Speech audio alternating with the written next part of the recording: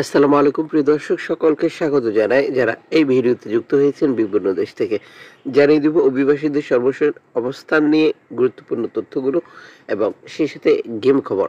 নিজে জানুন, অন্য একজনকে জানান, ভিডিওটি শেয়ার করে চ্যানেলটি সাবস্ক্রাইব করে ফেসবুক পেজটি লাইক ফলো করে যুক্ত থাকলে প্রতিদিনের আপডেট তথ্য প্রতিদিন দেখতে পাবেন।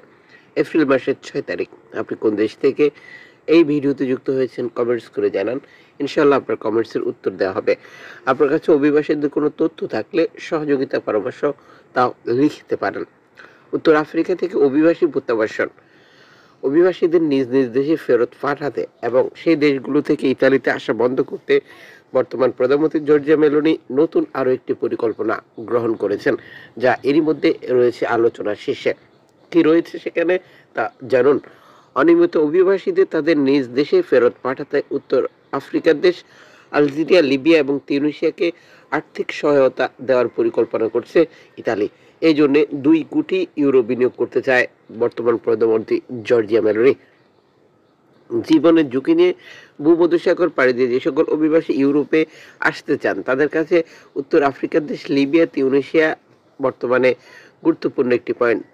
আফ্রিকার বিভিন্ন দেশ এবং মধ্যপ্রাচ্য, আফগানিস্তান, পাকিস্তান, বাংলাদেশ, এশিয়ার বিভিন্ন দেশের নাগরিকরাও ইউরোপে পৌঁছানোর আশায় ভিড় জমাচ্ছেন লিবিয়া এবং তিউনিসিয়াতে।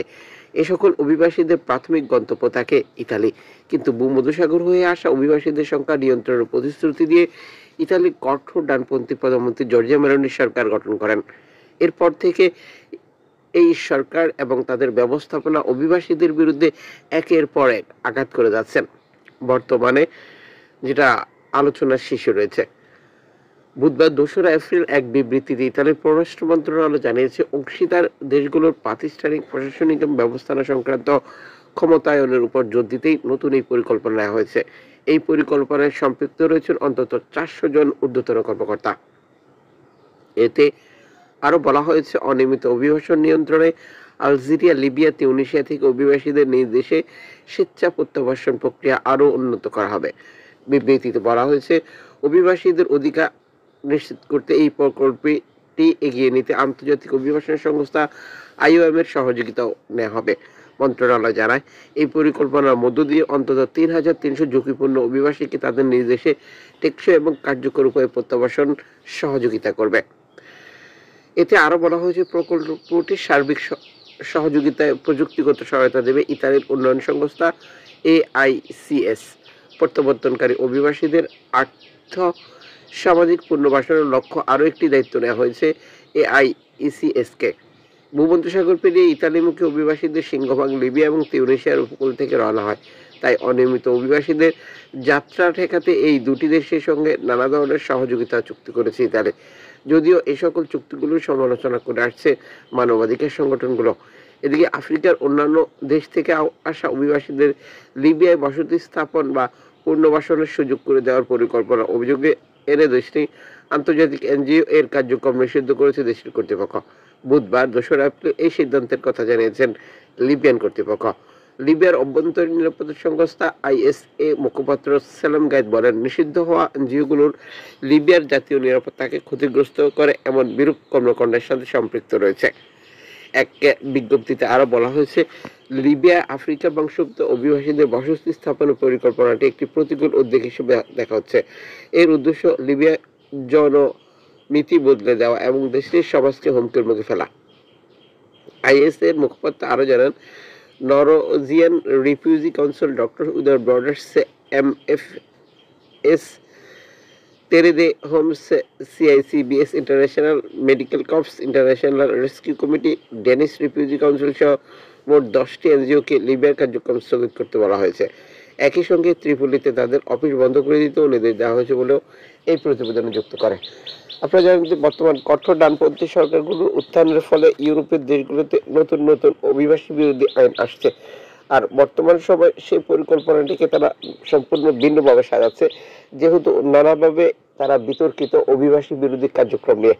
আর তারা তাদের গতি বা তাদের যে স্বপ্ন উদ্দেশ্য সফল করার জন্য তাদের সিদ্ধান্তের ক্ষেত্রে পরিবর্তন নিয়ে আসছে, আর যার ফলাফল দেখছে বর্তমান বিশ্ব। আফ্রিকার দেশগুলোতে ইতালি সহ ইউরোপে বেশ কিছু টাকা বিনিয়োগ করে অভিবাসী দমন করতে চাচ্ছেন। সেই ধারাবাহিকতায় বর্তমান লিবিয়া, তিউনিসিয়া সহ বাকি দেশগুলোতে অভিবাসী বিরোধী অবস্থান জোরদার করেছে স্ব দেশের প্রেসিডেন্টরা।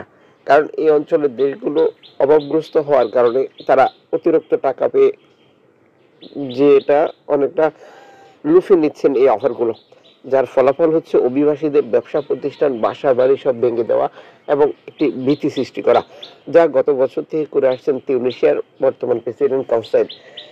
সম্পূর্ণ জোর করে ক্ষমতা দখল করা এই প্রধানমন্ত্রীর কার্যক্রমগুলো সারা পৃথিবীতে সমালোচনায় পড়ছে। জাতিসংঘে ইউএনএইচসিআর, মানবাধিকার সংগঠন আইএসসিসি সহ বিভিন্ন প্রতিষ্ঠান থেকে বারবার সতর্ক করা হলেও তিউনিসিয়ার অস্থায়ী প্রেসিডেন্ট বা জোর করে ক্ষমতা গ্রহণ করে থাকা প্রেসিডেন্ট কিছুতেই কিছু শুনছেন না। একের পর এক অভিবাসী বিরোধী কার্যক্রমে অংশ নিচ্ছেন এবং সেটি আন্তর্জাতিকভাবে প্রতিনিয়তই হেডলাইনে পরিণত হচ্ছে। বর্তমানে ইউরোপের দেশগুলো যেহেতু তিউনিসিয়াতে বিনিয়োগ করে সফল হয়েছেন, একই কার্যক্রম ধরে থাকতে চান লিবিয়াতে বা বাকি দেশগুলোতে, যে সকল দেশ থেকে মূলত অভিবাসীরা ইতালি হয়ে ইউরোপে প্রবেশ করতে চান।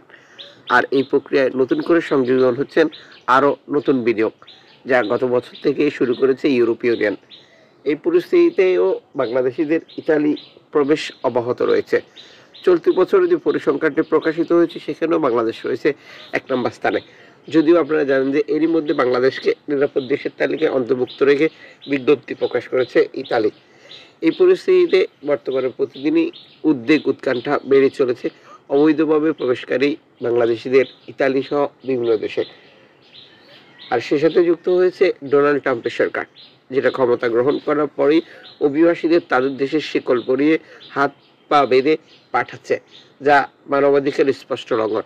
যদিও আপনারা এর মধ্যে জেনে গেছেন যে ডোনাল্ড ট্রাম্প ক্ষমতা গ্রহণ করার পর সারা পৃথিবীর সকল সিস্টেমে পরিবর্তন নিয়ে এসেছে।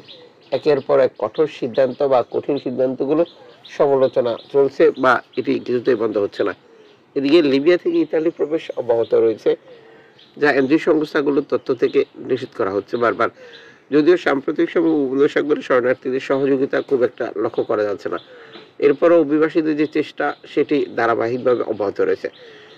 ডক্টর উইদাউট বর্ডার্সের প্রতিষ্ঠান এবং বেশ কিছু এনজিও সংস্থা বর্তমান অবস্থান করছেন ভূমধ্যসাগরে। লিবিয়া থেকে ইতালির দিকে আসা অভিবাসীদেরকে উদ্ধার করে ইতালি পৌঁছে দেওয়ার জন্য যে চেষ্টা সেটি অব্যাহত রয়েছে। লাইফ সাপোর্ট সর্বশেষ এক্সেন্ডারে দেওয়া বার্তা নিশ্চিত করেছে 3টি নৌকার বিপদগ্রস্ত অভিবাসী 215 জনকে তারা উদ্ধার করেছে, যাদেরকে নিরাপদে ইতালিতে হস্তান্তর করা হবে। এই প্রক্রিয়া আপনারা জানেন যে লিবিয়া থেকে ছেড়ে আসা বিপদগ্রস্ত অভিবাসীরা প্রতিনিয়ত এই অঞ্চলটিতে বিপদে পড়ে এবং এখান থেকে উদ্ধার করে তাদেরকে নিরাপদ স্থানে হস্তান্তর করে, যা দীর্ঘদিন থেকে অব্যাহত রয়েছে। বিশেষ করে 2014 সালের পর থেকে এনজিও গুলো ভূমধ্যসাগরে বিপদগ্রস্ত শরণার্থী সহযোগিতার কার্যক্রম পরিচালনা করে আসছে।